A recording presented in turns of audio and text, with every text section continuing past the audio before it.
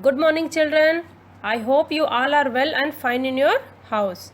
Last classes we have read our first lesson, राख की रस्सी, rope of passage. First two paragraph already we have read and I told you the meaning. Now we'll start from the third lesson. One line I will read and I'll tell you the story. Okay, so shall we start, children? Okay. लोनपो गार का बेटा शहर पहुंच गया. लोनपो गार, that one man was there, his child reached to city. मगर इतने बोरे जौ खरीदने के लिए उसके पास रुपए ही कहाँ थे. But he don't have money to purchase 100 sacks of oat. वह इस समस्या पर सोचने विचारने के लिए सड़क के किनारे बैठ गया. Just to sort out the problem, he sit on the road. मगर कोई हल उसकी समझ में ही नहीं आ रहा था. But he don't know how to sort out the problem. What is the solution of that problem? वह बहुत दुखी था. He was very sad. तभी एक लड़की उसके सामने आ खड़ी हुई. Then suddenly one girl has come and stand in front of him. क्या बात है? तुम इतने दुखी क्यों हो? What is the problem? Why you are looking so sad? लोनपो Gar के बेटे ने अपना हाल कह सुनाया. लोनपो गार son, he told all problems what happened with him. इसमें इतना दुखी होने की कोई बात नहीं है. That girl told, so what is the problem? Don't be so sad. मैं इसका हल निकाल देती हूँ. I will short out your problem. इतना कहकर लड़की ने भेड़ों के बाल उतारे. After this that girl just she had shaped the all hair of the sheep और उन्हें बाजार में बेच दिया. And she has sell all hair all sheep hair in the market. जो रुपए मिले उनसे जौ के 100 बोरे खरीद कर उसे घर में वापस भेज दिया. Whatever money she got it, she has purchase 100 sacks of oat and send him back to the house. Lonpo Gar के बेटे को लगा कि उसके पिता बहुत खुश होंगे. Lonpo Gar son thought his father will be very happy. मगर उसकी आप बीती पर उन्होंने ध्यान नहीं दिया. But what happen with him, his father didn't notice, didn't care. वे उठकर कमरे से बाहर चले गए. Just he has get up from that place and he went outside. दूसरे दिन उन्होंने अपने बेटे को बुलाकर कहा. Next day he called his son and he told, पिछली बार भेड़ों के बाल उतार कर बेचना मुझे जरा भी पसंद नहीं आया. Last time you have shaped the all sheep and sold the their hairs. I don't like that one. अब तुम दोबारा उन्हीं भेड़ों को लेकर जाओ. Again you go to same place with the all sheep. उनके साथ जौ के 100 बोरे लेकर ही लौटना. And when you are coming back bring 100 sacks of oat. एक बार फिर निराश लोनपो गार का बेटा शहर में उसी जगह जा बैठा. Once again that Lonpo son in city he went and sit in same place. न जाने क्यों उसे यकीन था, don't know why he believe, कि वह लड़की उसकी मदद के लिए जरूर आएगी. That girl again she will come to help him. Just he is having faith. और हुआ भी कुछ ऐसा ही. And it has happen also. वह लड़की आई. दैट गर्ल केम. उसने अपनी मुश्किल कह सुनाई. Again he told his problem.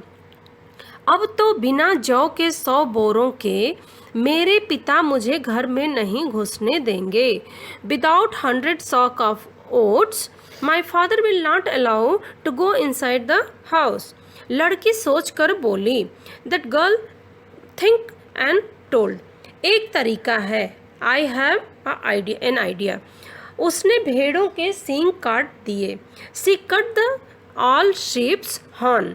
उन्हें बेचकर जो रुपए मिले and that horn she sell in the market. Whatever money she got it she purchase 100 sacks of oat. बोरे लोनोपोगार के बेटे को सौंपकर लड़की ने उसे घर भेज दिया. She purchased the 100 sacks of oat and she sent back that boy to house. भेड़ें और जौ के बोरे पिता के हवाले करते हुए लोनपोगार का बेटा खुश था. That all ships and 100 sacks of oats just he gave to his father and he was looking very happy. उसने विजयी भाव से सारी कहानी कह सुनाई. He thought he has won the game and he told all story to his father. सुनकर लोनपोगार बोले. All story that लोनपोगार has listened and he told. उस लड़की से कहो, say to that girl, कि हमें 9 हाथ लंबी राख की रस्सी बनाकर दे. Say to that girl to make a 9 hand long rope of ashes. उनके बेटे ने लड़की के पास जाकर पिता का संदेश दोहरा दिया. His son went to that girl and he told whatever his father told. लड़की ने एक शर्त रखी. That girl has kept one bet. मैं रस्सी बना तो दूंगी. I'll make the rope. मगर तुम्हारे पिता को वह गले में पहननी पड़ेगी. But that rope your father has to put on his neck. लोनपोगार ने सोचा ऐसी रस्सी बनाना ही असंभव है. लोनपोगार thought this type of rope not possible to make. It is impossible. इसलिए लड़की की शर्त मंजूर कर ली. So he agreed on that. He told it's okay. I will put that rope on my neck. अगले दिन लड़की ने 9 हाथ लंबी रस्सी ली. Next day that girl has taken 9 hand long rope. उसे पत्थर के सिले पर रखा और जला दिया. She keep that rope on a stone and just she has burn it. रस्सी जल गई. That rope has burned. मगर रस्सी के आकार की राख बच गई. But that ash, when rope will burn, the design will be same, but rope has burned. But like a rope, ashes was there. मगर रस्सी के आकार की राख बच गई. Same like a rope, ashes was there. इसे वह सिल समेत लोनपोगार के पास ले गई. Same with that stone, she has taken that rope to लोनपोगार. And और उसे पहनने के लिए कहा. And she told to put this on your neck. Lonpo Gar रस्सी देखकर चकित रह गए. That Lonpo Gar was very surprise to see that rope. वे जानते थे कि राख की रस्सी को गले में पहनना तो दूर, उठाना भी मुश्किल है. He know that rope of ashes it is impossible to keep on the neck. इधर you can't touch also. If you touch it will spoil fully because that is a ash. हाथ लगाते ही वह टूट जाएगी. If you touch that rope will broke. लड़की की समझदारी के सामने उनकी चालाकी धरी रह गई. That girl was very clever. To see this he become very impressed with that girl. He was very much impressed. बिना वक्त गंवाए लोनपोगार ने अपने बेटे की शादी का प्रस्ताव लड़की के सामने रख दिया. Without wasting the time that Lonpo Gar he propose that girl to get married with his son. And धूमधाम से उन दोनों की शादी हो गई. And both children got married and happily married and they have done a grand marriage. Okay children, so today your story, one lesson finished. Now you take your book and full story read by own. Okay, and today your assignment will be read and write one time word meaning.